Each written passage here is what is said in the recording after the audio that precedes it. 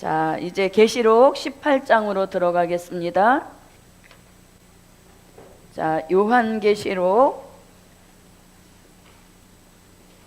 18장 제목은 바벨 세상의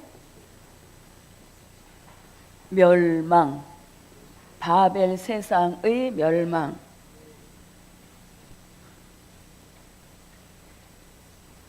네, 바벨 세상의 멸망이라는 계시록 18장의 제목입니다. 자, 이 요한계시록 18장 역시 계시의 구분 중에서 반복적인 계시입니다. 무엇에 관한? 산자의 심판에 관한 반복적인 계시입니다.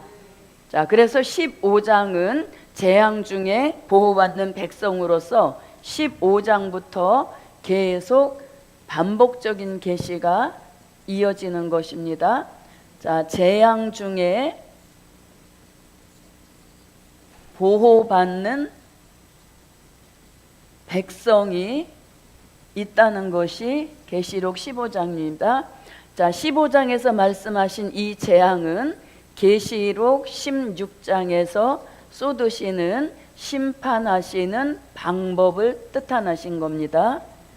자, 이 심판하시는 방법, 진노의 7 대접 재앙을 쏟으시면서 그 심판의 대상은 계시록 17장 같이 음녀의 받을 심판을 말씀하신 것이고, 그 다음에 오늘 요한계시록 18장은 그 심판의 대상 중에서 바벨 세상이 무엇의 대상이다? 네, 심판의 대상이 됨을 알리고 있는 것입니다. 예, 그래서 이렇게 계속 산자의 심판에 대한 말씀이 반복적으로 이어지고 있는 것입니다. 자, 그러면 18장 제목이 바벨 세상의 멸망인 것입니다. 자, 그럼 우리가 성경에서 이 바벨이 등장하는 것을 볼 때에 바벨은 결국 그 끝이 심판으로 끝나는 것을 볼 수 있습니다. 여기 이제 바벨에 대한 말씀입니다. 자, 최초로 등장한 것이 바벨 탑입니다. 자, 이 바벨 탑도 인간이 그 탑을 쌓고 꼭대기에 올라가서 하나님이 또 다시 심판하실 때 그 심판을 면하자, 그런 뜻으로 탑을 쌓아 올렸습니다. 그때까지만 해도 언어가 하나였습니다. 언어를 하나로 통일시켜 주다 보니까 이런 반란도 일으킬 수 있다는 것입니다. 그래서 하나님께서 언어를 어떻게 흐트러 버리셔서 이제 탑 쌓는 것이 결국은 중단되고 무너져 버리고 만 것입니다. 자, 그 말씀이 창세기 11장에서 한번 찾아보겠습니다. 오래된 말씀이니까. 자, 창세기 11장 8절부터 9절입니다. 여호와께서 거기서 그들을 온 지면에 흩으신 고로 그들이 성 쌓기를 그쳤더라. 그러므로 그 이름을 바벨이라 하니 이는 여호와께서 거기서 온 땅의 언어를 혼잡게 하셨음이라. 여호와께서 거기서 그들을 온 지면에 흩으셨더라. 네, 이렇게 됨으로 인하여서 언어가 다 다른 그런 결과가 이어졌다는 것입니다. 자, 그 다음에 이제 이어지는 것이 바벨론입니다.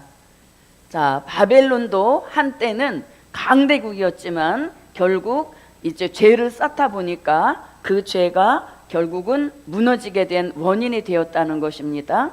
자, 이 말씀은 다니엘서 5장 24절부터 28절에서 바벨론 강대국이 무너지게 된 그 동기를 알리고 있습니다.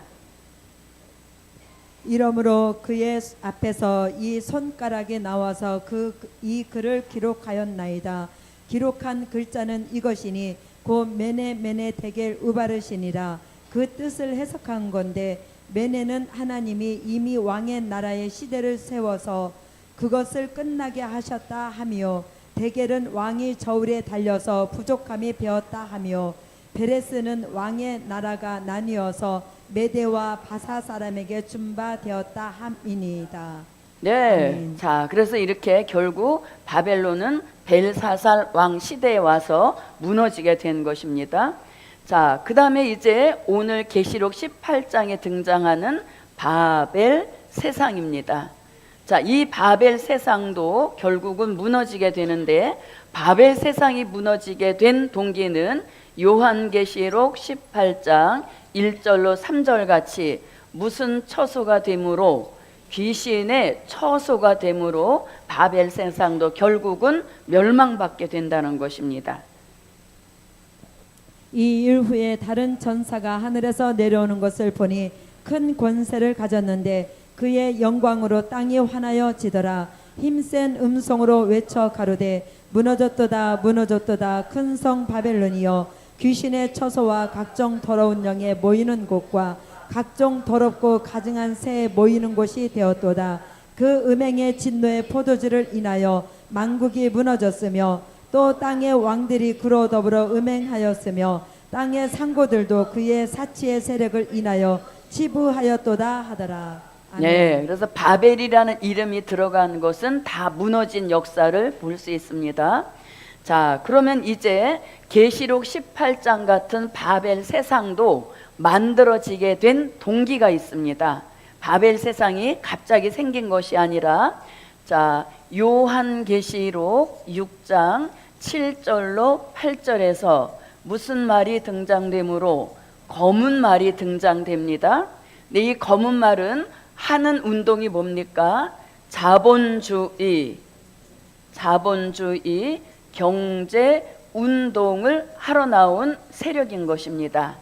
자, 그러면 이 검은 말도 갑자기 생긴 것이 아니라 이미 스가랴 6장 1절로 3절에서는 흑마로 등장될 것을 예언하셨고, 그 예언이 계시록 6장 5절로 6절에서, 요거 고쳐주십시오.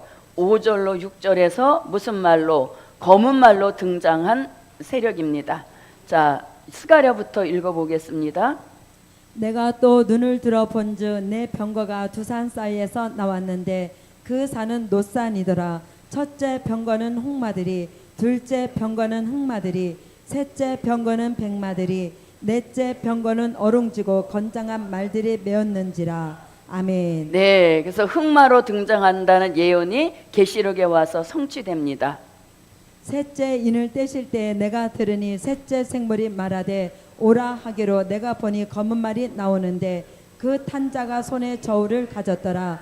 내가 내 생물 사이로서 나는 듯하는 음성을 들으니 가로되 한 데나리온의 밀한데요 한 데나리온의 보리 석대로다. 또 감람류와 포도주는 해치 말라 하더라. 네, 아멘. 자, 스가랴 선지자 이 말씀은 예언인 것이고, 그 다음에 요한계시록은 성취입니다. 그러므로 인한 결과가 오겠습니다. 자, 그 결과는 오늘 본문과 같은 요한계시록 18장 바벨 세상을 만드는 것입니다. 그런데 이 바벨 세상을 다른 면으로 보게 되면 물질 만능 시대를, 물질 만능주의 시대를 가져오게 된 결과인 것입니다. 예, 그래서 검은 말의 등장, 즉 자본주의 경제 운동을 펼친 결과 계시록 18장 같이 바벨 세상 물질 만능주의 시대를 만들어내게 된 동기가 되겠습니다. 그래서 돈이면 안 되는 것이 없다. 이게 바로 물질 만능주의 사상인데, 우리가 살고 있는 이 세상 나라는 말하자면 돈이 무엇이다? 신이라는 것입니다. 돈이 힘이라는 것입니다. 예, 그래서 돈이면 안 되는 게 없는 그런 시대를 만들게 된 동기가 어떤 말의 등장으로, 네, 검은 말의 등장의 결과로 이런 시대를 만들어 버렸고, 이런 시대가 됨으로 인하여서 바벨 세상 또한 멸망받게 된다는 것이 18장의 내용이 되겠습니다. 자, 그러면 이제 1절부터 3절인데 아까 읽으셨으니까 1절 한번 읽어보겠습니다. 이 일 후에 다른 천사가 하늘에서 내려오는 것을 보니 큰 권세를 가졌는데 그의 영광으로 땅이 환하여 지더라. 네, 자, 그럼 이제 서론을 이렇게 마치고 1장으로 들어가 봅니다. 자, 이 일 후에 다른 천사가 하늘에서 내려오는데 이렇게 말씀합니다. 자, 요한계시록 18장 1절에서 다른 천사가 하늘에서 내려오는데 이렇게 말씀합니다. 자, 그럼 여기서 다른 천사라고 할 때 이 다른 천사는 뜻이 무엇입니까? 자, 마지막 때 천사같이 들어 쓰시는 종을 뭐라고 한다? 네, 다른 천사 이렇게 말씀하시는 겁니다. 네, 천사같이 들어 쓰시는 종을 다른 천사라고 하는 것입니다. 자, 그럼 다른 천사의 등장이 요한계시록에 여러 곳에 나오는데 가까운 계시록 7장 1절로 4절에서 또 요한계시록 10장 1절로 3절에서 요한계시록 14장 6절로 7절에서 다른 천사의 활동을 이렇게 말씀하고 있는 것입니다. 자, 그러면 여기 먼저 읽어보겠습니다. 계시록 10장 1절로 3절입니다. 내가 또 보니 힘센 다른 천사가 구름을 입고 하늘에서 내려오는데 그 머리 위에 무지개가 있고 그 얼굴은 해 같고 그 발은 불기둥 같으며 그 손에 펴놓인 작은 책을 들고 그 오른발은 바다를 밟고 왼발은 땅을 밟고 사자에 부르짖는 것 같이 큰 소리로 외치니 외칠 때 일곱 의뢰가 그 소리를 바라거나. 네, 다시 예언하는 종을 무엇에 비유했습니까? 다른 천사라고 이렇게 말씀하신 겁니다. 자, 그 다음에 계시록 7장 1절로 4절에서는 하나님의 인을 치는 다른 천사를 말씀하고 있습니다. 자, 계시록 14장 6절로 7절에서는 영원한 복음을 외치는 다른 천사를 말씀하고 있는 겁니다. 그러니까 저도 여러분도 우리 시대에 누구같이 쓰임받자 다른 천사같이 쓰여지는 그런 종의 축복이 함께 하시기를 바랍니다. 네, 요 말 계시록은 7장을 읽어봤으니까 14장 한번 보겠습니다. 또 보니 다른 천사가 공중에 날아가는데 땅에 거하는 자들 곧 여러 나라와 족속과 방언과 백성에게 전할 영원한 복음을 가졌더라. 그가 큰 음성으로 가로되 하나님을 두려워하며 그에게 영광을 돌리라. 이는 그의 심판하실 시간이 이르렀음이니 하늘과 땅과 바다와 물들의 근원을 만드신 이를 경배하라 하더라. 네, 영원한 복음을 전하는 다른 천사인 것입니다. 자, 이와 같이 다른 천사란 말씀은 계시록에만 나오는 아주 중요한 말씀인 것입니다. 자, 그런데 이 다른 천사가 어디에서 내려온다? 하늘에서 내려온다는 겁니다. 자, 이 말씀 우리가 조금 전에 읽어봤는데 계시록 10장 1절로 3절에서 1절만 한번 읽어보겠습니다. 내가 또 보니 힘센 다른 천사가 구름을 입고 하늘에서 내려오는데 그 머리 위에 무지개가 있고 그 얼굴은 해 같고 그 발은 불기둥 같으며. 네, 하늘에서 내려오는데, 자, 이렇게 말씀하니까 정말 뭐 하늘에서 낙하산을 타고 내려오나 이런 의미가 아니라 하늘에서 내려온다라고 하는 것은 무슨 뜻인가 하면, 자, 우리가 몸 자체는 땅에 있지만 그 소속은 어디에? 하늘에 속한 자다. 이런 의미를 가지고 하늘에서 내려오는데 이런 표현을 쓰는 겁니다. 마지막 때 다른 천사같이 쓰실 종들은 그 소속이 어디다? 하늘에 속한 자라는 것입니다. 자, 또 요거 다른 의미로는 뭐라? 하나님 보좌에서 직접 파송한 종이다. 사람이 파송하거나 사람이 세운 종이 아니라 하나님 보좌에서 직접 파송하신 그런 종이다. 이런 의미로도 쓰여지는 것입니다. 아무쪼록 저도 여러분도 어디에 속한 종이 되자. 몸은 비록 우리가 땅에 속해 살고 있지만 항상 하늘에 속한 종의 심정을 가지고 저도 여러분도 살아가시기를 바랍니다. 자, 그 다음에 이제 보십시오. 하늘에서 내려오는 것을 보니 무슨 권세를 가졌더라? 큰 권세를 가졌더라. 이렇게 말씀합니다. 큰 권세를 가졌더라. 자, 그럼 큰 권세를 가졌더라. 이 표현을 요한계시록 10장 1절로 3절에서는 뭐라고 했습니까? 힘센 다른 천사 이렇게 말씀하고 있습니다. 힘이 어떻다? 세다는 것입니다. 힘센 다른 천사. 자, 한번 힘센 여기다 의미를 두고 읽어보겠습니다. 내가 또 보니 힘센 다른 천사가 구름을 입고 하늘에서 내려오는데 네, 거기까지만 네. 보겠습니다. 힘센 다른 천사. 이거는 능력과 권세가 아주 큰 그런 종을 일컫는 말씀이 되겠습니다. 자, 요 또 힘세다는 이 말씀이 요한계시록 18장 21절에서도 힘센 천사 이런 말씀이 있습니다. 이에 한 힘센 천사가 큰 맷돌 같은 돌을 들어 바다에 던져 가로되 큰 성 바벨론이 이같이 몹시 떨어져 결코 다시 보이지 아니하리로다. 아멘. 네. 자, 그래서 이 큰 권세라고 하는 것은 계시록 10장 1절로 3절과 18장 21절을 참고해 볼 때 힘센 다른 천사로서 능력과 권세가 아주 큰 그런 종의 역사를 나타내는 것입니다. 자, 그 다음에 큰 권세를 가졌는데 그의 영광으로 땅이 어떻게 되더라? 환하여지더라는 겁니다. 그러니까 다른 천사는 흑암을 몰고 다니는 천사가 아니란 얘기인 것이죠. 언제나 항상 빛 가운데 본인도 존재하고 또 그 종이 다니는 곳 어디에서든지 흑암은 물러가게 하시고 그 영광으로 환해지는 이런 역사가 영광의 빛을 사모하는 저와 여러분에게 함께 하시기를 바랍니다. 네, 그래서 그의 영광으로 땅이 환하여지더라. 자, 이렇게 놓고 이제 2절로 들어가 보겠습니다. 힘센 음성으로 외쳐 가로되 무너졌도다 무너졌도다 큰 성 바벨론이여 귀신의 처소와 각종 더러운 영에 모이는 곳과 각종 더럽고 가증한 새에 모이는 곳이 되었도다.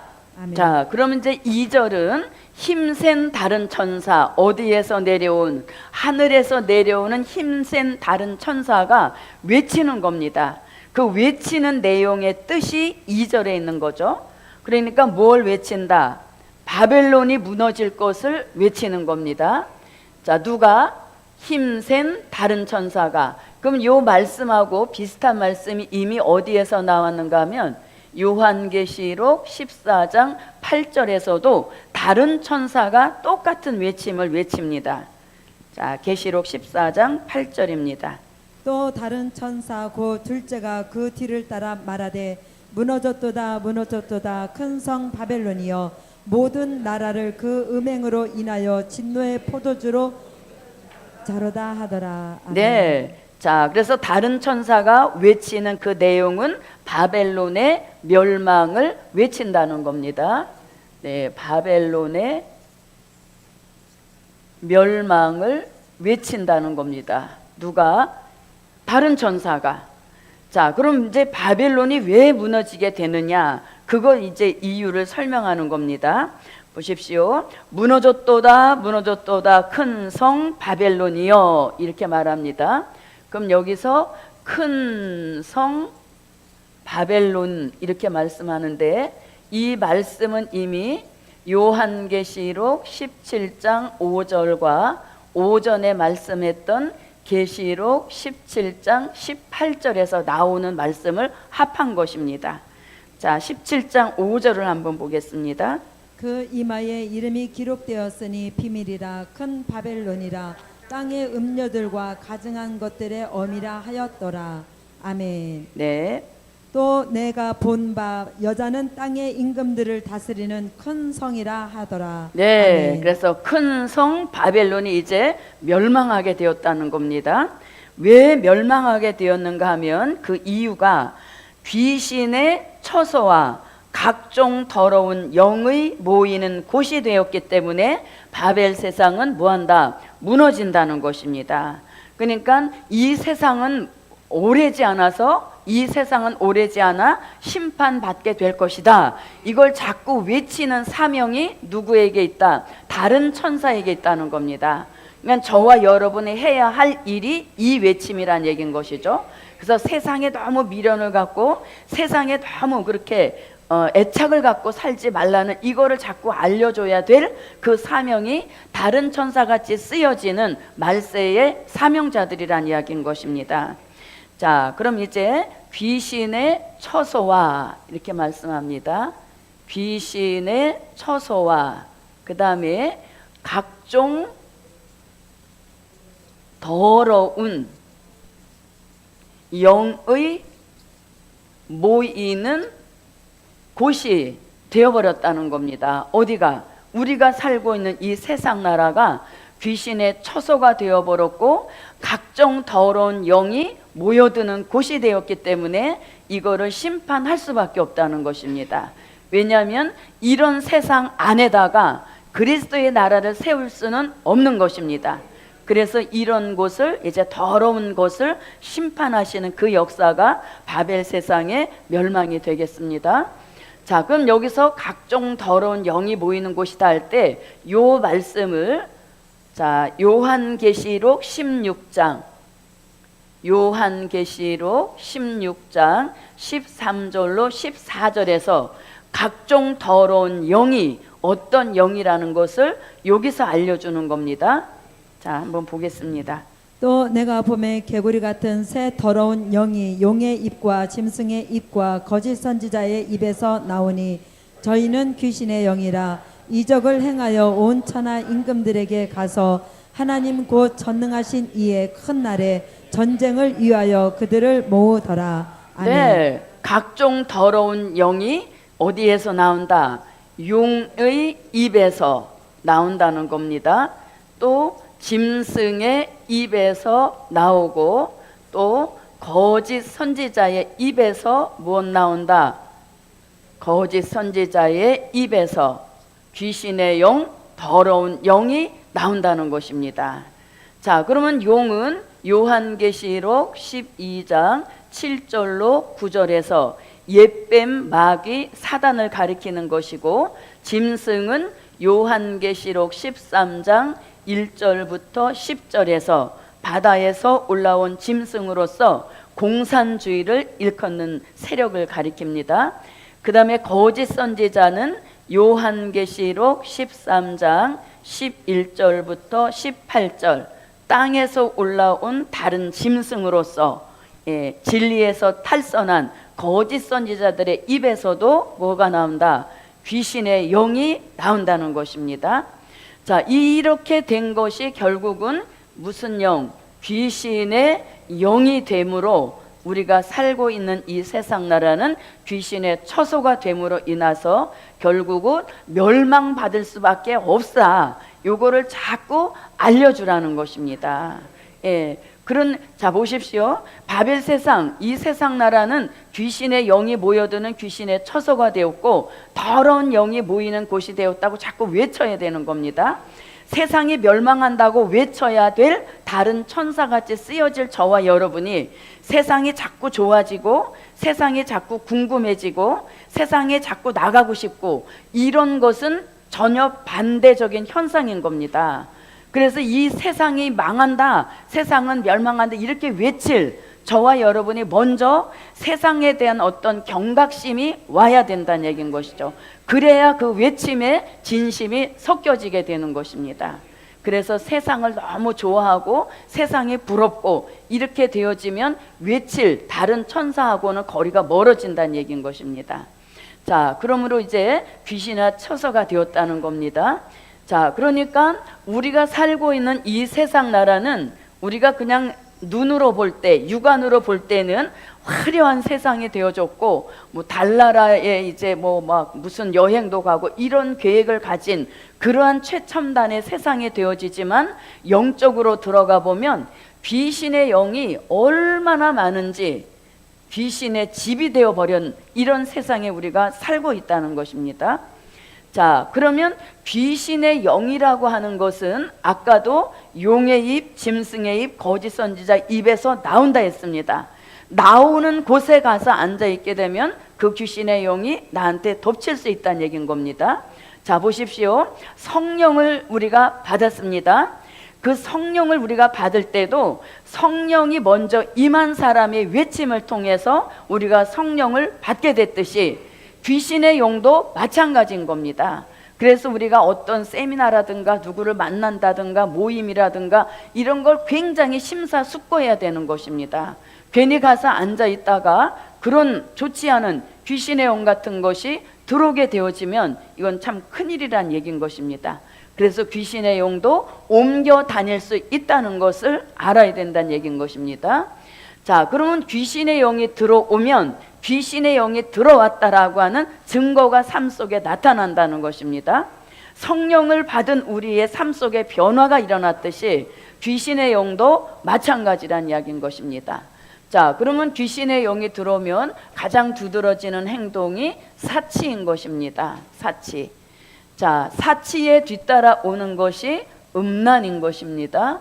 그 다음에 향락인 것입니다. 그 다음에 부의 치부인 것입니다. 자, 그 다음에 오락과 도박과 그 다음에 마약과 그 다음에 술 취함, 그 다음에 방탕하고 그 다음에 우상을 숭배하고 자, 이단에 빠지게 되고 자, 그 다음에 뭐 성령을 너무 지나치게 중독이 걸릴 정도로 한다든지 또 그 다음에 요즘 새롭게 등장한 의부증이라든가 의처증 이런 것도 결국은 그 근원이 어디다? 네, 의부증, 의처증 네, 이런 것들이 다 귀신의 영에 의한 부작용들이란 얘기인 것입니다. 자, 그래서 사치가 귀신의 영에 가장 두드러진 일인 것입니다. 예, 너무 지나친 사치, 그것은 곧 음란이라는 것입니다. 자, 그 다음에 향락인 것입니다. 자, 그럼 잘 보십시오. 우리가 이런 일들이 교회 안에서는 아니겠지, 이렇게 아니란 생각은 버려야 되는 겁니다. 왜냐하면은 이사야 3장 16절로 26절에 보면 시온의 딸들이 이런 좋지 않은 교회에서의 행동들이 있음을 알려주고 있는 겁니다. 이거 우리랑은 상관없어, 이렇게 하시면 그건 굉장히 안일에 빠지게 된다는 이야기인 것입니다. 자, 여기를 먼저 한번 읽고 오겠습니다. 여호와께서 또 말씀하시되 시온의 딸들이 교만하여 느린 목 정을 통하는 눈으로 다니며 악의죽거려 행하며 발로는 쟁쟁한 소리를 낸다 하시도다. 그러므로 주께서 시온의 딸들의 정수리에 딱지가 생기게 하시며 여호와께서 그들의 하체로 드러나게 하시리라. 주께서 그날에 그들의 장식한 발목걸이와 머리에 망사와 반달 장식과 귀고리와 팔목걸이와 면박과 화관과 발목 사슬과 띠와 향압과 호신부와 지완과 코고리와 예복과 겉옷과 목도리와 손주머니와 손거울과 세마포 옷과 머리 수건과 너울을 제하시리니 그때 썩은 냄새가 향을 대신하고 노끈이 띠를 대신하고 대머리가 숱한 머리털을 대신하고 굵은 베옷이 화려한 옷을 대신하고 자자한 흔적이 고운 얼굴을 대신할 것이며 너희 장정은 칼에 너희 용사는 전란에 망할 것이며 그 성문은 슬퍼하며 곡할 것이요 시온은 황무하여 땅에 앉으리라. 아멘. 네, 자, 이것이 시온의 딸들에게 일어날 일들을 말씀하고 있는 것입니다. 그래서 시온의 딸들도 머리끝부터 발끝까지 화려한 장식물을 하고 다니고 또 화려한 옷을 입고 이렇게 다니면서 정을 통하는 눈을 가지고 교회 생활을 하게 된다는 것입니다.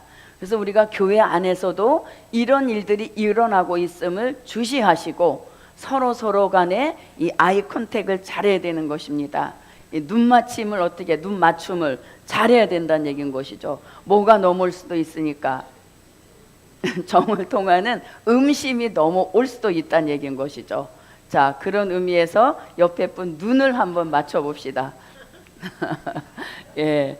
그래서 여기서 그러잖아요. 정을 통하는 눈으로 아기죽거려 다니고 이런 말씀들이 있는 것입니다. 자, 그 다음에 보십시오. 뭐가 있다? 부에 치부가 있다는 것입니다.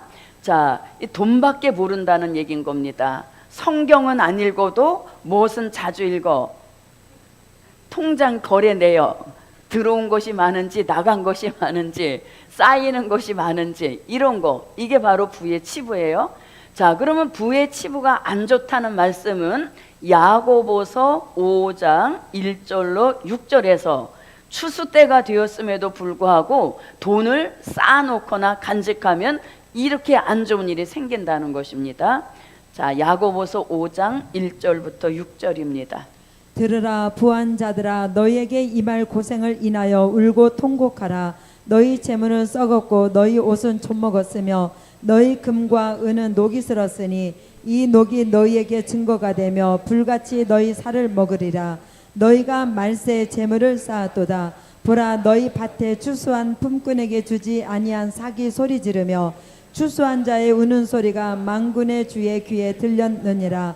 너희가 땅에서 사치하고 연락하여 도살의 날에 너희 마음을 살찌게 하였도다. 너희가 옳은 자를 정죄하였도다. 또 죽였도다. 그는 너희에게 대항하지 아니하였느니라. 아멘. 네, 말세에 재물을 쌓았다는 것입니다. 그러므로 사치라는 말씀을 야고보서에도 하고 있는 것입니다. 그래서 우리 시대에 가장 중요한 것이 사치, 분에 넘치는 생활을 일컫는 것입니다. 자, 그 다음에 오락하고 무엇도 한다? 도박도 한다는 것입니다.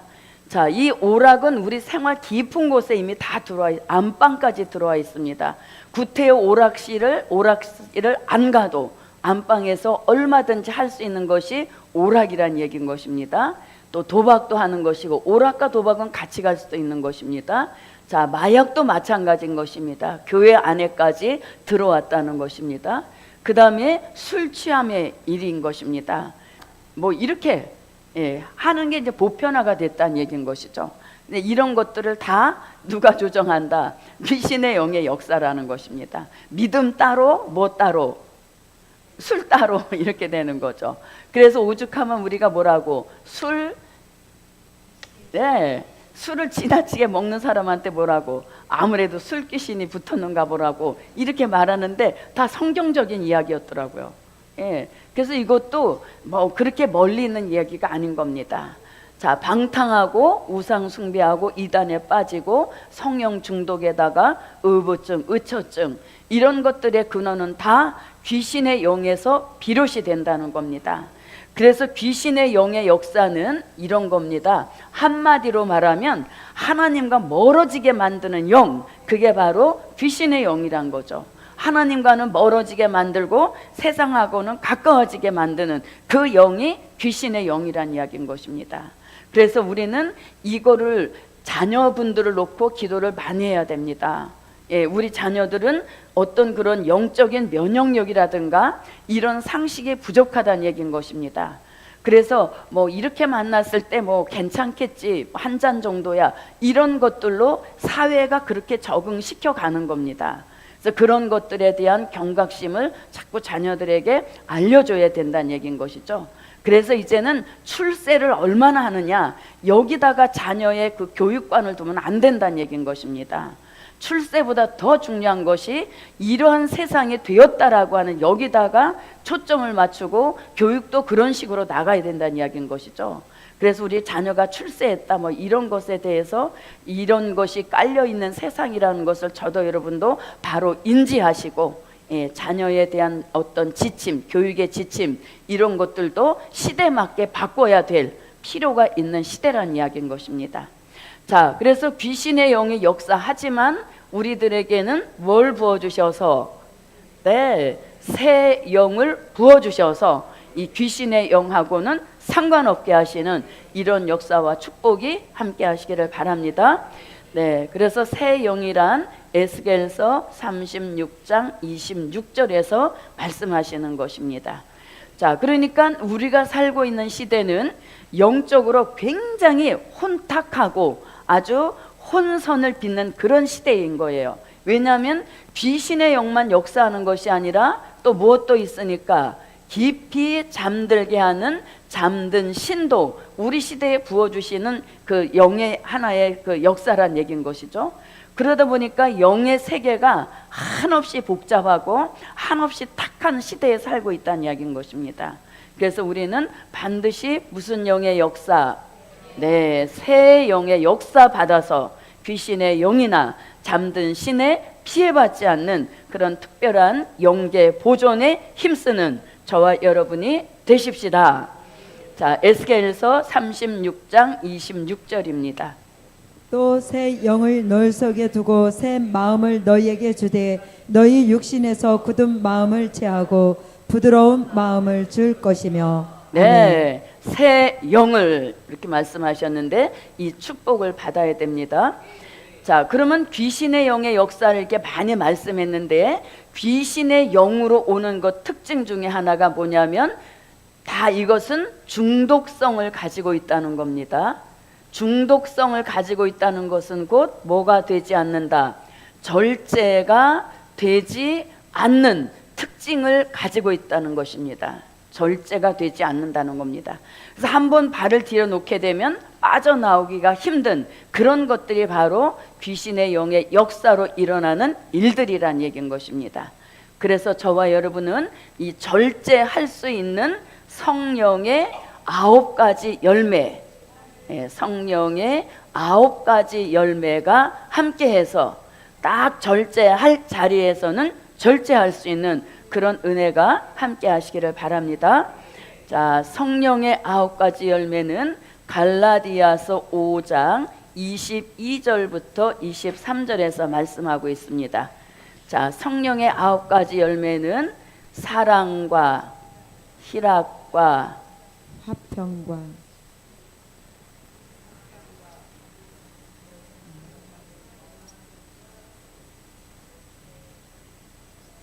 자, 이렇게 9가지가 성령으로 맺어지는 열매인 것입니다. 그 중에 가장 마지막 것이 절제란 얘기인 것이죠. 그래서 성령의 은혜로 충만하게 사로잡힌 그런 생활을 하게 되면 절제가 되지 않는 귀신의 영의 피해는 받지 않는다는 것입니다. 자, 갈라디아서 5장 22절부터 23절입니다. 오직 성령의 열매는 사랑과 희락과 화평과 오래 참음과 자비와 양성과 충성과 온유와 절제니 네. 이 같은 것을 금지할 법이 없느니라. 네. 자, 이렇게 이제 귀신의 영에 피해받지 않으려면 성령의 9가지 열매 중에서 절제할 수 있는, 그 제어할 수 있는 그런 능력이 와야 된다는 이야기인 것입니다. 자, 그 다음에 이제 다시 와보십시오. 자, 귀신의 처소와 각종 더러운 영에 모이는 곳과 그 다음에 각종 더럽고, 더럽다는 말씀이 계속 나옵니다. 이 더럽다는 것은 육적으로 뭐 빨래 안에서 더럽다, 뭐 샤워 안에서 더럽다, 이게 아니라 영적인 의미인 것입니다. 영적으로 더럽다는 말씀을 계속하고 계시죠. 자, 각종 더럽고, 이렇게 각종 더럽고, 더럽고를 더 좀 이렇게 저속한 표현으로 하면 뭐가 됩니까? 더럽고 이렇게 되죠. 그래서 각종 더럽고, 그 다음에 가증한 새의 모이는 곳이 되었기 때문에 이 바벨 세상은 멸망받게 된다는 겁니다. 자, 그러면 이 말씀은 마태복음 24장 18절과 에스겔서 39장 17절로 20절에서 요한계시록 19장 17절로 18절과 21절에 보면 이제 새들이 모여드는 때가 있음을 알려주고 있습니다. 자, 마태복음 24장 18절입니다. 주검이 있는 곳에는 독수리들이 모일지니라. 네, 아멘. 주검이 있는 곳에는 독수리들이 모인다는 것입니다. 그 말씀이 결국 이런 말씀을 이루게 되는 것입니다. 자, 에스겔서 한 번 더 읽어봅니다. 너 인자야, 나 주 여호와가 말하노라. 너는 각종 새와 들의 각종 짐승에게 이르기를 너희는 모여오라. 내가 너희를 위한 잔치 곧 이스라엘 산 위에 예비한 큰 잔치로 너희는 사방에서 모여서 고기를 먹으며 피를 마실지어다. 너희가 용사의 고기를 먹으며 세상 왕들의 피를 마시기를 바산의 살찐 짐승 곧 수양이나 어린 양이나 염소나 수송아지를 먹듯 할지라. 내가 너희를 위하여 예비한 잔치의 기름을 너희가 배불리 먹으며 그 피를 쥐토록 마시되 내 상에서 말과 기병과 용사와 모든 군사를 배불리 먹을지니라 하라. 나 주 여호와의 말이니라. 네. 자, 요 말씀이 계시록 19장에 와서 이루어집니다. 새에다가 포인트를 두는 겁니다. 또 내가 보니 한 천사가 해에 서서 공중에 나는 모든 새를 향하여 큰 음성으로 외쳐 가로되 와서 하나님의 큰 잔치에 모여 왕들의 고기와 장군들의 고기와 장사들의 고기와 말들과 그 탄자들의 고기와 자유한 자들이나 종들이나 물온대소하고 모든 자의 고기를 먹으라 하더라. 아멘. 그 나머지는 말 탄 자의 입으로 나오는 검의 죽음에 모든 새가 그 고기로 배불리 오더라. 네. 자, 그래서 우리가 살고 있는 바벨 세상은 멸망받게 되는데 그 멸망받는 원인은 귀신의 처소가 되었다는 겁니다. 그 귀신의 처소는 귀신의 영이 모여드는 곳이 되었고 그 다음에 더럽고 각종 더럽고 가증한 새에 모이는 곳이 되었기 때문에 바벨 세상은 멸망한다는 것입니다. 예, 이것이 결국은 산자의 심판을 계속 반복적으로 말씀하고 있는 것입니다. 자, 그 다음에 이제 보십시오. 자, 3절로 들어가겠습니다. 3절 읽어주십시오. 그 음행의 진노의 포도주를 인하여 만국이 무너졌으며 또 땅의 왕들이 그로 더불어 음행하였으며 땅의 상고들도 그 사치의 세력을 인하여 지부하였도다 하더라. 아멘. 네, 음행의 포도주로 인하여 만국이 무너졌다 이렇게 말씀합니다. 음행의 포도주. 자, 그럼 음행의 포도주는 시작이 이사야 5장 11절로 12절에서 이사야 56장 12절에서도 말씀하고 계시고 요한계시록 14장 17절부터 20절에서도 이 포도주에 대한 말씀을 하고 계십니다. 자, 한번 읽어보겠습니다. 아침에 일찍이 일어나 독주를 따라가며 밤이 깊도록 머물러 포도주에 취하는 그들은 화 있을진저 그들이 연회에는 수금과 비파와 소고와 저와 포도주를 갖추었어도 여호와의 행하심을 관심치 아니하며 그의 손으로 하신 일을 생각지 아니하는도다. 네, 아멘. 포도주와 독주에 취해 있다가 결국은 화를 받게 된다는 것입니다. 자, 56장 12절입니다. 피차 이르기를 오라 내가 포도주를 가져오리라 우리가 독주를 잔뜩 먹자 내일도 오늘같이 또 크게 넘치리라 하느니라. 네, 내일도 오늘같이 또 크게 넘치리라. 여기서도 절제가 안 되는 것을 말씀하고 있는 것입니다. 자, 그 다음에 계시록입니다. 또 다른 천사가 하늘에 있는 성전에서 나오는데 또한 이한 낫을 가졌더라. 또 불을 다스리는 다른 천사가 제단으로부터 나와 이한 낫 가진 자를 향하여 큰 음성으로 불러 가로되 내 이한 낫을 땅에 휘둘러 땅에 포도송이를 거두라. 그 포도주가 익었느니라 하더라. 천사가 낫을 땅에 휘둘러 땅에 포도를 거두어 하나님의 진노의 큰 포도주 틀에 던짐에 성 밖에서 그 틀이 밟히니 틀에서 피가 나서 말굴레까지 닿았고 1600 스다디온에 퍼졌더라. 아멘. 네, 자, 이렇게 음행의 포도주로 인하여서 만국이 뭐했다? 무너졌다 이렇게 말씀합니다. 만국이 다 무너졌다는 것입니다. 그래서 이것을 뭐라고? 바벨 세상의 멸망인 것입니다. 자, 만국이 무너짐으로 인하여서 이 지구 땅은 이제 단일 통치, 신정 통치 시대로 들어가게 되는 것입니다. 왜? 만국이 다 무너졌기 때문인 것입니다. 자, 그 다음에 또 누구도 그렇게 망하게 되는가 하면, 자, 만국이 무너졌으며 또 땅의 왕들이 이렇게 말합니다. 땅의 왕들이 그로 더불어 무엇했다? 음행했다는 겁니다. 자, 요 말씀 우리가 아까 요한계시록 17장 18절에서 음녀가 결국은 누구까지도 손에 쥐었다. 땅의 임금들까지라도 이 음녀가 다 아주 좌지우지하는 그런 역사가 있다는 겁니다. 그래서 이 계시록 17장에 등장하는 음녀가 계시록 18장의 바벨 세상에도 그 영향력을 크게 미치고 있음을 알려주고 있는 것입니다. 그래서 17장하고 18장이 완전히 분리된 것이 아니라 17장의 음녀가 어디까지도 바벨 세상에까지도 영향력을 미치고 있음을 알려주고 있는 것입니다. 자, 17장 18절을 다시 한번 읽어봅니다. 또 내가 본 바 여자는 땅의 임금들을 다스리는 큰 성이라 하더라. 네, 아멘. 그 여자가 결국 누구다? 음녀. 예, 음녀란 얘기인 것입니다. 음녀도 보통 음녀가 아니라 큰 음녀란 얘기인 것입니다.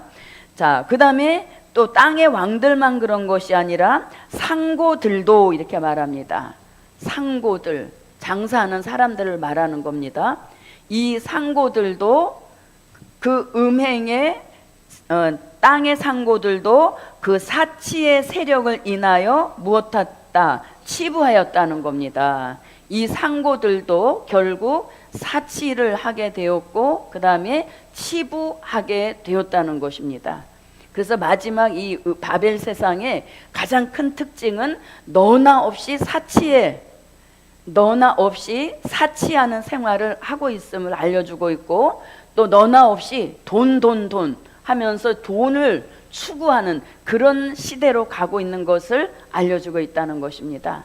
그래서 우리가 주의할 것은 사치와 너무 돈에 관한 애착, 돈에 대한 집념, 이런 것들을 아주 굉장히 이렇게 경각심을 불러일으키는 말씀이 되는 것입니다. 자, 그 다음 이제 보십시오. 자, 사치의 세력을 인하여 치부하였도다 하더라. 자, 그 다음에 이제 4절에서 조금 내용이 바뀌어집니다. 자, 4절로 들어가 보겠습니다. 또 내가 들으니 하늘로서 다른 음성이 나서 가로되 내 백성아 거기서 나와 그의 죄에 참여하지 말고 그의 받을 재앙들을 받지 말라. 아멘. 네. 자, 여기서 이제 저 보십시오. 또 내가 들으니 하늘로서 다른 음성이 나서 가로되 내 백성아, 이렇게 말씀합니다. 내 백성아. 그럼 내 백성아라 이거 할 때 이건 뭡니까? 구원받을 사람들아, 이런 의미를 말하는 것입니다. 자, 내 백성아 거기서 뭐하라? 나와라, 이렇게 말씀하시죠. 거기서 나와, 그의 죄에 참여하지 마라, 이렇게 말씀합니다. 그의 죄에, 그의 죄에 뭐하지 마라? 참여하지 마라, 이렇게 합니다. 참여하지 마라. 자, 그럼 보십시오. 자, 내 백성아, 하나님을 믿어 구원받을 내 백성아, 거기서 나와 할 때 이 거기는 어디를 가리킵니까? 네, 정확하게 말하면 계시록 18장 2절 같이 귀신의 영으로 인하여서 귀신의 처소가 된 바벨 세상, 그리고 각종 더러운 새에 모이는 곳이 되므로 심판받게 될 그 바벨 세상에서 나와라, 이렇게 말씀하시는 겁니다. 바벨 세상에서 나와라, 이렇게 말씀합니다. 자, 그럼 나와라 할 때 나온다는 이 의미를 우리가 바로 알아야 되겠습니다. 자, 나와라 이렇게 하니까 그러면 지구를 떠나라, 이런 말씀인가? 그런 의미가 아닌 것입니다. 자, 아까도 말했지만 우리가 몸 자체는 귀신의 처소가 된 이 세상 나라에 담고 있습니다. 그렇지만 우리의 영적인 안테나가 있어요. 하나님하고만 연결되는 영적 안테나가 있는데, 그 영적인 안테나만큼은 이 죄악된 세상에서 이게 빠져나와서 하나님하고만 접선된 그런 구별된 생활을 하라는 것입니다. 그래서 우리가 이 몸 자체가 있다고 해서 영적인 안테나까지 내려놓고 있으면 하나님하고의 만남의 역사는 없다는 얘기인 것이에요. 그래서 나오라 라고 하는 것은 이 바벨 세상과 못하라고 구별된 생활을 하라, 이런 의미를 갖는 것입니다. 이게 굉장히 중요합니다. 아무개가 새 옷을 샀어. 부러워. 이미 뭐한 거, 세상이 부럽다는 마음이 본인에게 들어왔다는 얘기인 것이죠. 그래서 누가 새 것을, 새 자동차를 샀어. 부러워. 이것도 뭐예요? 세상이 좋아 보인다는 거죠. 세상이 부러워 보인다는 겁니다. 그래서 그런 것들로부터 우리가 이미 구별이 돼 있어야 되는 거죠. 그 사람은 형편이 되니까 그렇게 하는 것이고, 나는 또 사명자로서 내가 어떤 그런 구별된 생활을 해야 된다는, 이게 굉장히 저와 여러분의 신앙 사상이 돼 있어야 된다는 얘기인 거죠. 그래서 누가 새가 산 거, 누가 구두 새로 산 거, 뭐 이런 것들이 다 부럽고 막 그렇게 되면 아직까지 우리가 이 눈의 성결의 역사가 못 왔다는 얘기인 것입니다. 그래서 저도 여러분도 이 바벨 세상에 살고 있지만 나한테 주신 영적인 안테나가 있다는 겁니다. 그 안테나만큼은 묻혀 있어서는 안 된다는 것이죠. 그래서 그것이 바벨 세상을 쫙 빠져나와서 하나님하고만 접선된 그런 구별된 생활을 하라. 이것이 바로 뭐라고? 내 백성아 그 바벨 세상 귀신의 처소가 된 데서 나와라 하는 의미와 같은 역사인 것입니다. 그래서 저도 여러분도 과감하게 나오자. 세상에 살면서 자꾸 세상 것이 이렇게 되면 이게 참 곤란해지는 겁니다. 그래서 거기서 한참 우리는 올라가야 된다는 얘기인 거죠. 아유, 저 사람은 뭐 그런 걸로 재미를 삼겠지. 나는 무슨 재미? 복음을 깨달아가는 재미가 얼마나 큽니까? 똑같은 구절의 말씀임에도 불구하고 오늘 들을 땐 또 새로운 깨달음이 오는 거, 이게 얼마나 큰 희열입니까? 그런 재미를 가지고 이건 참 하수의 재미로구나, 이렇게 나아갈 수 있어야 된다는 것이죠. 그래서 내 백성아 거기서 나와 라고 하는 것은 구별된 생활을 하라는 것입니다. 그래서 이것은 민수기 6장 1절로 6절에서 말씀하시는 나실인 같이 구별된 생활인 것입니다. 그래서 생각도 사상도 신앙도 다 구별이 돼야 되고, 우리 식생활까지라도 구별되어서 이제는 바벨 세상과는 정말 이렇게 담을 쌓다라고 하면 좀 그럴까요? 어떻든 그런 역사가 있어야 된다는 얘기인 것입니다. 그래서 부러워하면 진 거예요. 옆에 사람과 부러워하면 진 거야. 그래서 부러운 마음이 없어야 된다는 얘기인 것이죠. 자, 그래서 나와라는 것은 이런 의미인 것이고, 그의 죄에 할 때 이 그의 죄는 무슨 죄? 귀신의 영으로 인하여 지은 죄를 가리키는 것이죠. 귀신의 영에 의하여 지은 죄가 아까 뭐였습니까? 사치하고 음란하고 향락하고 부의 치부, 그런 것들이 바벨 세상이 짓고 있는 죄란 얘기인 것이죠. 그 바벨 세상이 짓고 있는 죄에 충동하는 역할은 귀신의 영이 한다는 얘기인 것입니다. 그래서 그의 죄에 뭐 하지 마라? 참여하지 말라는 것입니다. 참여하지 말라는 게 이게 뭐냐? 동참죄를 짓지 마라. 그래서 뭐 해야 돼? 나와야 되는 것입니다. 그래서 오전에도 말씀드렸지만, 자, 에바 같은 교권에서 하나님의 말씀과 틀린 그런 교리를 주장한단 말입니다. 그러면 그게 저게 틀렸어, 이렇게 알고 있음에도 불구하고 거기에 주저앉아 있으면 그게 본의 아니게 뭐가 된다? 동참죄가 되는 겁니다. 잘 들어보십시오, 여러분. 자, 고라라고 하는 사람이 중심이 돼서 일종의 당을 지었습니다. 그러면 그 고라하고 당 지었던 사람만 심판하면 괜찮은데, 이 고라의 당을 지었던 그 가족까지도 다 멸족이 되었죠. 이게 무슨 죄다? 동참죄인 거예요.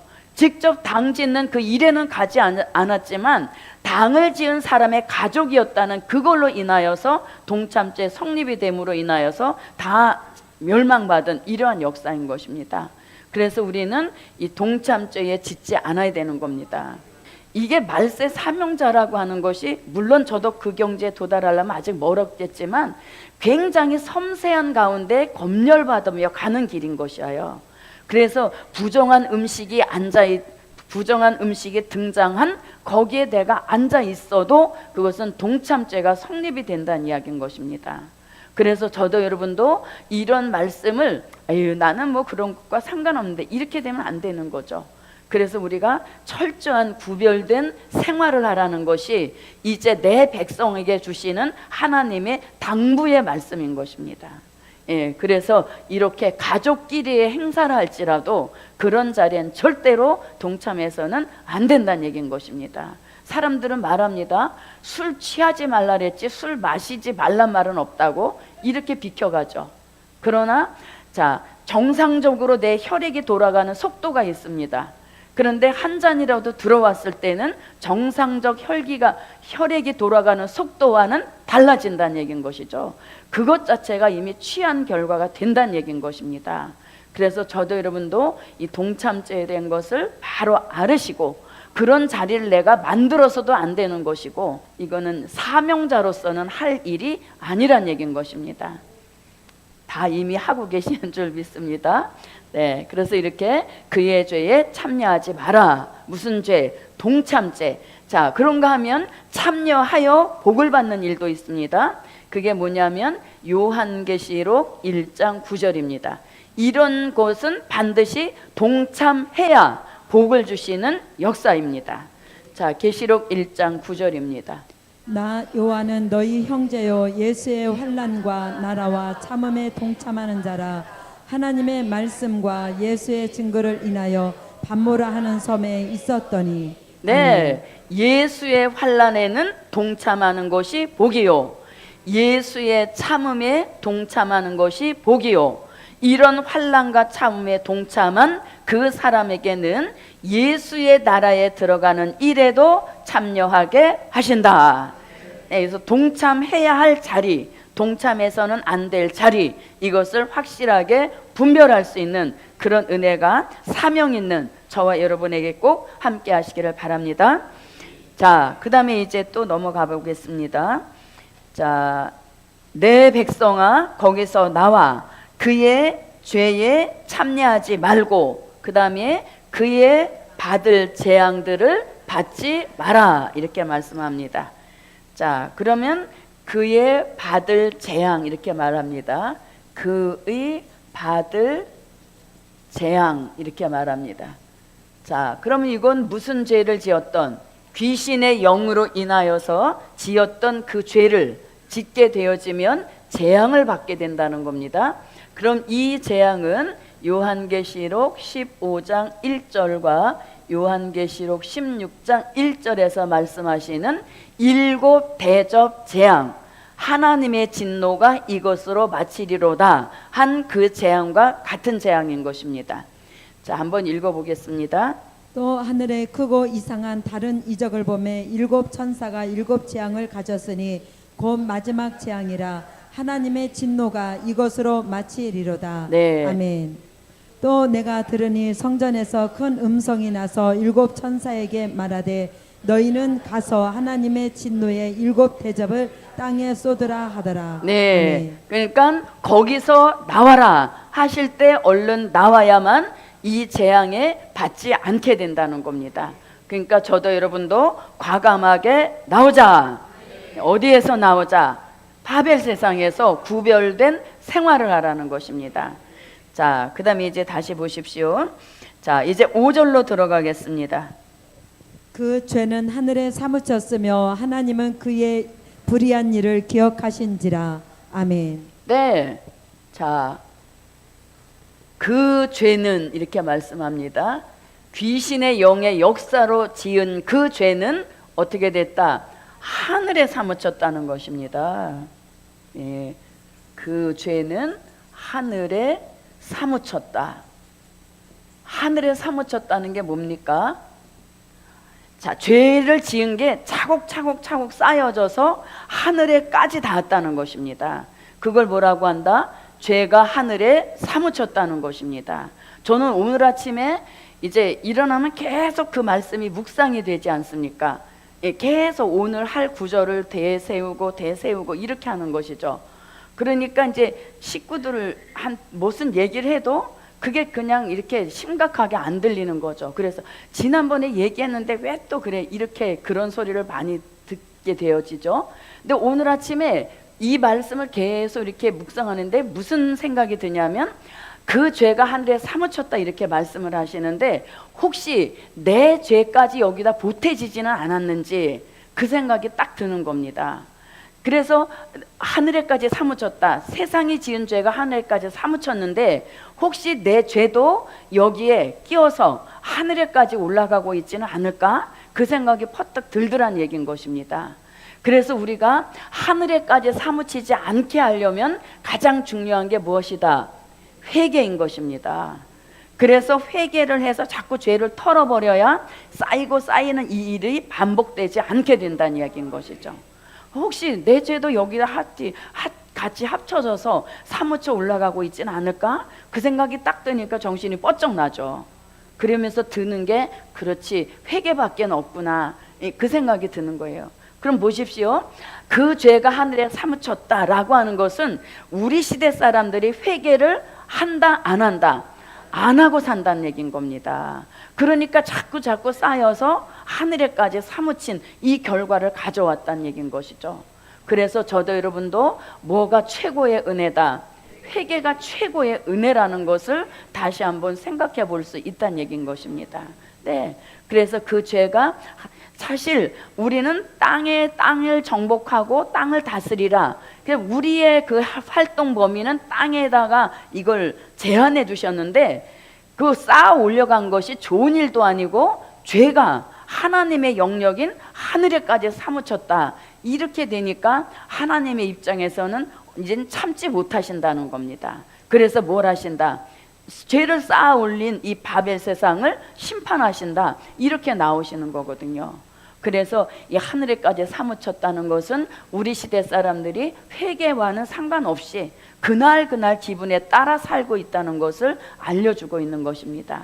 그리고 저도 여러분도 하늘에까지 사무쳤다는 이 안에 혹시 내 죄도 포함돼서 올라가고 있지는 않은지, 이런 것들을 한번 돌아볼 수 있는 그런 말씀의 구절이 되시기를 바라겠습니다. 자, 그러면은 이런 말씀도 있습니다. 자, 창세기 6장 5절로 7절과 아주 대조적인 말씀이 되겠습니다.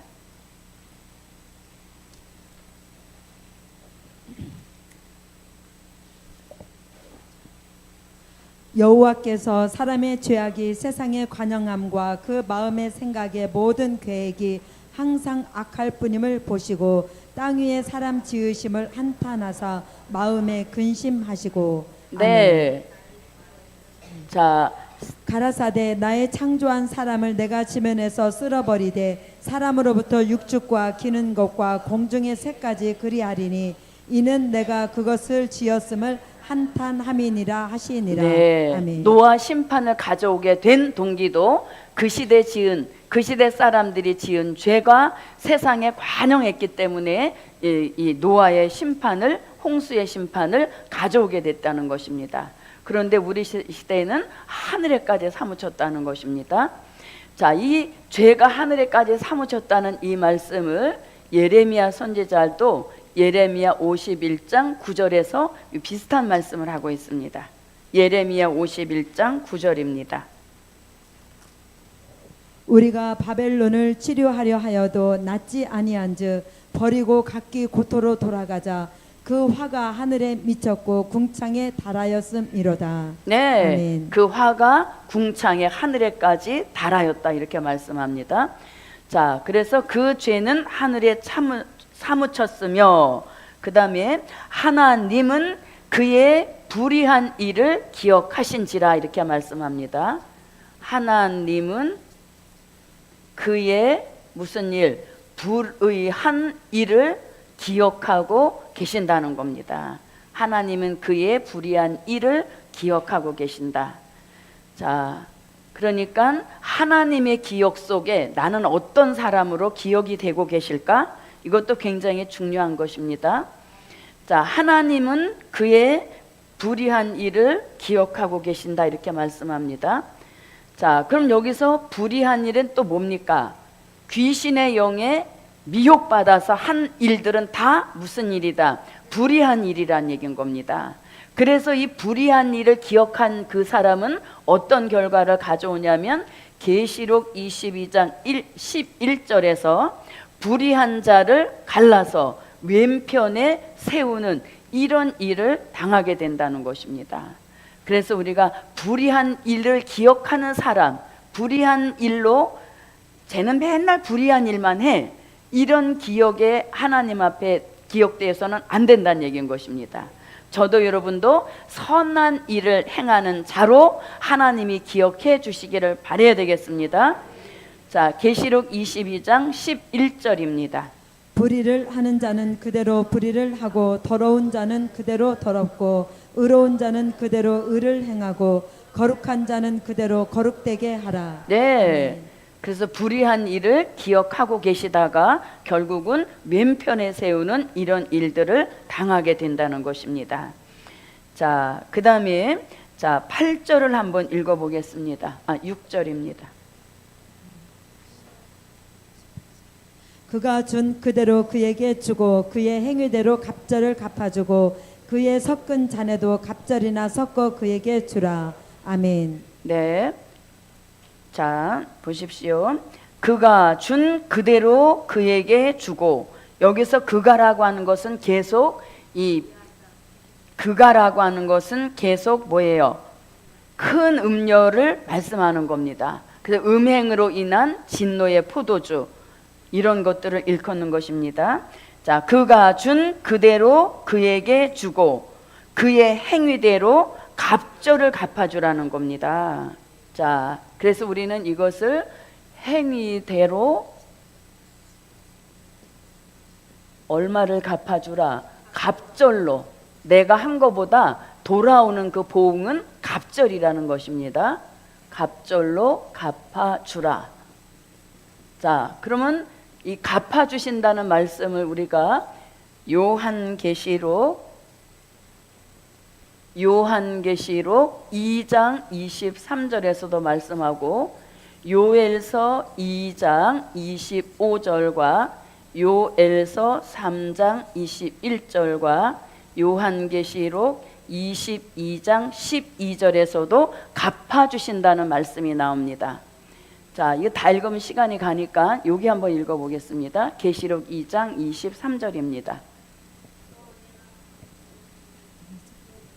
또 내가 사망으로 그의 자녀를 죽이리니 모든 교회가 나는 사람의 뜻과 마음을 살피는 자인 줄 알지라. 내가 너희 각 사람의 행위대로 갚아주리라. 네, 행위대로 갚아주는데 여기서는 갑절로 갚아주라 이렇게 말씀하고 있습니다.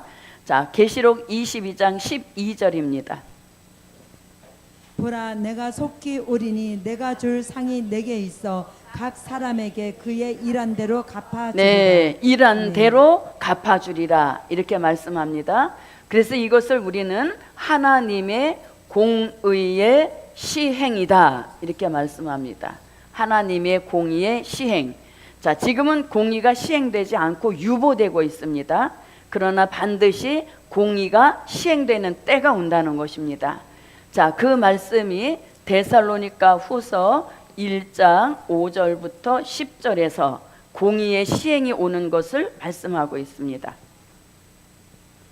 이는 하나님의 공의로운 심판의 표요 너희로 하여금 하나님 나라에 합당한 자로 여기심을 얻게 하리 함이니 그 나라를 위하여 너희가 또한 고난을 받느니라. 너희로 환난을 받게 하는 자들에게는 환난으로 갚으시고 환난을 받는 너희에게는 우리와 함께 안식으로 갚으시는 것이 하나님의 공이시니 주 예수께서 저의 능력의 천사들과 함께 하늘로부터 불꽃 중에 나타나실 때에 하나님을 모르는 자들과 우리 주 예수의 복음을 복종치 않는 자들에게 형벌을 주시리니 이런 자들이 주의 얼굴과 그의 힘의 영광을 떠나 영원한 멸망의 형벌을 받으리로다.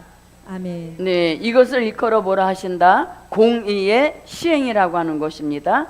그래서 환난 받게 한 자들에게는 환난으로 갚아 주시고 무던히 환난 받은 자에게는 안식으로 갚아 주시는 이것이 무엇이다? 하나님의 공의의 시행인 것입니다. 그래서 여기서 안식으로 갚아 주신다 할 때 이 안식은 바로 천년 안식의 축복인 겁니다. 그런데 이 공의의 시행이 언제 된다고? 예수님이 강림하실 때 그때 오셔서 이렇게 공의를 시행하셔서 괜히 남에게 환난 받게 한 자는 환난으로 갚아주시고 아무런 연고도 없이 환난을 받은 자에게는 안식으로 갚아주시니 이는 천년 안식의 축복을 가리키는 것입니다. 그래서 하나님은 이제 마지막 복음 역사를 통해서 갚아주시는 공의의 시행이 있다는 것을 저도 여러분도 바로 인지하는 그 역사가 함께 하시기를 바랍니다. 자, 그 다음에 이제 또 보십시오. 자, 7절로 오겠습니다. 7절. 그가 어떻게 자기를 영화롭게 하였으며 사치하였든지 그만큼 고난으로 고난과 애통으로 갚아주라. 그가 마음에 말하기를 나는 여왕으로 앉은 자요 과부가 아니라 결탄코 애통을 당하지 아니하리라 하니. 네. 자, 여기서 이제 보십시오. 그가 어떻게 자기를 영화롭게 해놨는지, 그 다음에 사치하였든지 이렇게 말씀합니다. 자, 여기서 이제 또 우리가 주의해야 될 것 또 나옵니다. 그게 뭐냐면 자기 영화입니다. 자기 영화. 자기가 자신을 스스로 영화롭게 하는 그걸 자기 영화라고 하는 것입니다. 이 자기 영화는 곧 뭐다? 사치라는 것입니다. 그래서 우리가 지나치게 사치한 것은 자기 영화에 도달하게 된다는 것입니다. 자, 보십시오. 이렇게 자기 영화는 곧 사치라는 것입니다. 그래서 우리가 이 사치가 지금 계시록 18장에서 계속 두 번 연거푸 나오는 말씀인 것이죠. 그래서 우리 시대를 살아가는 사람들이 다 뭐하고 있다? 사치에 아주 쩔어 있다는 것입니다. 그래서 가져온 결과가 뭐냐면 명품병이란 얘기인 것입니다. 누가 명품이 돼야 되는데, 네, 내 자신이 명품이 돼야 되는데, 그럼 사람 중에 명품이 누구냐? 바로 예수 그리스도의 형상을 이룬 이 사람이 사람 중에 최상의 명품 사람인 겁니다. 그런데 여기에는 관심이 없고 뭐 걸고 차고 입고 이런 명품에만 관심이 있는 명품병, 이게 결국 뭐다? 사치이고, 사치는 자기 영화란 얘기인 것입니다. 자, 우리는 어떤 그런 신앙 사상을 가지고 살아야 되냐면 이사야 43장 7절 같이 나를 창조하신 목적이 뭐냐 이겁니다. 나를 이 땅에 하나님이 보내신 그 목적은 무엇이다? 네, 창조주, 나를 창조하신 창조주 하나님께 영광 올리게 하라고, 네, 영광 돌리게 하고 영광 올리라는 목적으로 나를 보내신 겁니다. 그러니까 목적에 부합한 생활을 해야 되는데 창조주 하나님은 뒷전이고 자기 영화를 일삼다가 결국은 하루 동안의 고난이 이르게 된다는 얘기인 것입니다. 자, 그러면 여기 말씀 한번 읽어보겠습니다. 물은 내 이름으로 일컫는 자 곧 내가 내 영광을 위하여 창조한 자를 오게 하라. 그들을 내가 지었고 만들었느니라. 네, 아멘. 그래서 창조주 하나님께 영광 올리는. 자, 보세요. 그러면 이렇게 볼 수 있어요. 영화라고 하는 것은 오늘 본문같이 자기 영화도 있습니다. 스스로가 자기 자신을 아주 영화롭게 하는 걸 뜻하는 것이죠. 이 말씀은 요한계시록 18장 7절입니다. 그런가 하면 하나님께서 주신 뭣도 있다. 영화도 있습니다. 네, 하나님께서 주신 영화는 얼마든지 누려도 되는 영화인 것입니다. 자, 그러면 하나님께서 주신 영화는 이사야 60장 7절과 9절입니다. 그래서 하나님께서 주신 영화는 뭐 해도 된다? 누려도 되는 겁니다. 왜? 하나님이 주신 영화이기 때문인 것입니다. 자, 이사야 60장 7절과 9절입니다. 게달의 양머리는 다 내게로 모여지고 느바요스의 수양은 내게 공급되고 내 단에 올라 기꺼이 받음이 되리니 내가 내 영광의 집을 영화롭게 하리라. 네, 아멘. 내 영광의 집을 뭐 한다? 영화롭게 하리라. 무엇 주어서? 큰 물질 주셔서 영광의 짐을 영화롭게 하신다는 겁니다. 자, 그 여호와의 영광의 집뿐만 아니라 9절도 또 나옵니다. 곧 섬들이 나를 앙망하고 다시스의 배들이 먼저 이르되 원방에서 내 자손과 그 은금을 아울러 싣고 와서 내 하나님 여호와의 이름에 드리려 하며 이스라엘의 거룩한 자에게 드리려 하는 자들이라. 이는 내가 너를 영화롭게 하였음이니라. 아멘. 네, 이는 내가 너를 모았다. 영화롭게 하였음이니라. 그래서 영화에는 이렇게 자기 영화도 있지만 하나님께서 주신 축복으로 주신 영화도 있다는 얘기인 것입니다. 자, 그 다음에 이제 7절 보십시오. 자, 영화롭게 하였으며 사치하였던지 그만큼 사치하고 영화롭게 한 그만큼 무엇으로 갚아주라? 고난과 애통으로 또 뭐하래요? 갚아주라는 겁니다. 자, 보세요. 자기 영화는 길어야 몇십 년밖에 안 가는 겁니다. 그러나 그걸로 인한 고난과 애통은 영원한 것이에요. 그래서 우리가 이 차이를 비교해 봐야 됩니다. 자기 영화를 누리는 것은 몇십 년밖에 안 되는 겁니다. 몇십 년 안 갈 수도 있습니다. 그러나 그 영화로 인한 고난과 애통은 영원하다는 것을 우리가 바로 아시고 우리는 자기 영화 사치하고는 결별할 수 있는 그런 은혜가 제게도 여러분에게도 함께 하시기를 바랍니다. 자, 그 다음에 이제 보십시오. 자, 갚아주라. 그가 마음에 말하기를 나는 여황으로 앉은 자가 아니라. 그 다음에 과부가 여황으로 앉은 자요 이렇게 말합니다. 자, 여황으로 앉은 자다 이렇게 말합니다. 여황으로 앉은 자요. 그러니까 여왕도 아니고 왕 위에 황으로 앉아 있다는 겁니다. 앉은 자요. 그 다음에 뭐가 아니다? 과부가 아니다 이렇게 말합니다. 이 과부는 육적 과부가 아닌 겁니다. 자, 과부가 아니라 결단코 애통을 당하지 않을 것이다 이렇게 됐지만 아까 뭐라고? 고난과 애통으로 갚아줄 것이다 이렇게 말씀하고 있죠. 예, 그래서 우리 시대에 가장 주의할 것이 뭐냐면 자 보십시오.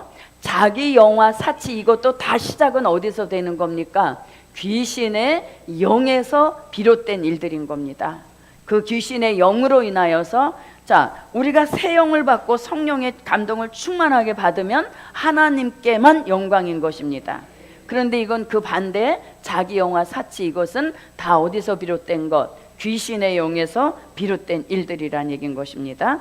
그래서 공부를 이제 마치면서 가장 주의할 것은 귀신의 영에 피해받지 않도록 새 영을 받아야 되고 그 다음에 또 자기 영화나 사치에 빠져서 우리가 명품병에 휘말리는 그런 일이 제게도 여러분에게도 없고 우리는 거기서 나와 하신 그 구별된 생활의 축복이 저와 여러분에게 함께 하시기를 바랍니다.